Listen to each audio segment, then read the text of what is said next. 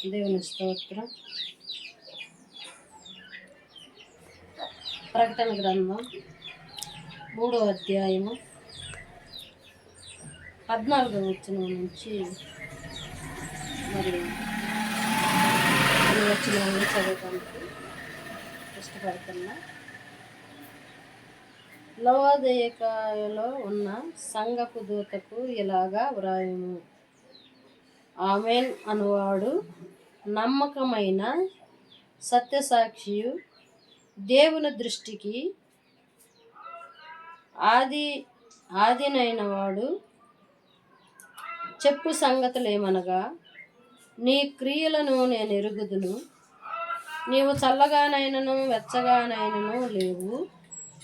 నీవు చల్లగానైనను వెచ్చగానైనను ఉండిన మేలు, నీవు వెచ్చగానైనను చల్లగానైనా ఉండక నులువెచ్చనగా ఉన్నావు గనుక నేను నిన్ను నా నోట నుండి ఉమ్మివేయునుద్దేశించుచున్నాను. నువ్వు దౌర్భాగ్యుడవు, దిక్కుమాలిన వాడవు, దరిద్రుడవు, గురుడివాడు అని, దిగంబరివై ఉన్నావని ఎరుగక నేను ధనవంతుడను, ధనవృద్ధి చేసి ఉన్నాను, నాకేమీ కొదువు లేదని చెప్పుకొనుచున్నావు. దేవుడు ఈ వాక్యాన్ని దీవించి ఆశీర్వదించును గాక. ఆమేన్. ఇక్కడ దేవుడు మాట్లాడేది ఏంటంటే, ప్రతి ఒక్కరి క్రియలని ఆయన చూస్తున్నాడు. క్రియలు అనగా మరి చెడ్డ క్రియలు ఉంటాయి, మంచి క్రియలు కూడా ఉంటాయి. చెడ్డ క్రియలు ఏంటి అని అంటే,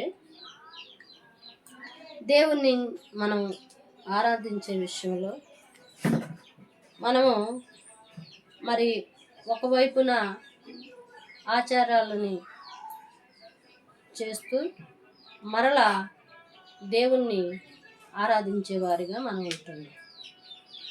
మరి దేవుడు ఆచారములను విడిచిపెట్టమండు, మరి లోకం వైపు ఒకసారి, మరలా దేవుని వైపు ఒకసారి రావటాన్ని బట్టి మన్ని నువ్వు వెచ్చగానైనాను లేవు, చల్లగానైనా లేవు గనుక, నువ్వు నులివెచ్చగున్నావు గనుక నీ నోట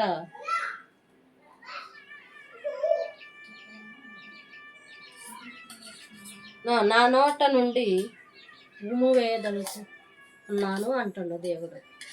అంటే దేవుని మాట వినుకోకుండా మరి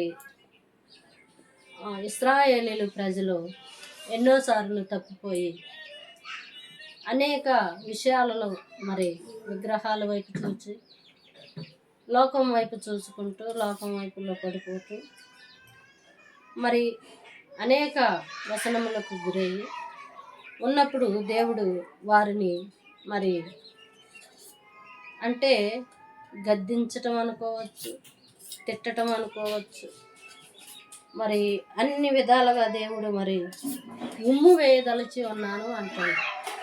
ఉమ్ము ఎవరి ముఖం మీద వేస్తారంటే, మాట వినని వారి ముఖాన ఉమ్ము వేస్తారు.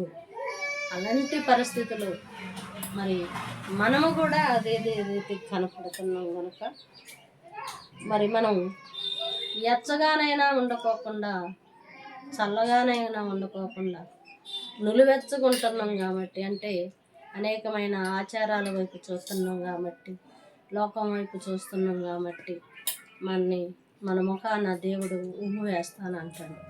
మరి అలాంటి పరిస్థితుల్లో మనం ఉండకూడదు. దేవుని నమ్ముకున్నప్పుడు దేవునిలోనే మనం సాగిపోవటానికి ప్రయత్నం చేయాలి. లోకం వైపు చూడకూడదు, లోక ఆలోచనలో, లోక తలంపులు ఉండకూడదని నన్ను నేను హెచ్చరించుకుంటూ మిమ్మల్ని కూడా హెచ్చరిస్తున్నా. దేవుడి వాక్యాన్ని దీవించి ఆశీర్వదించును గాక.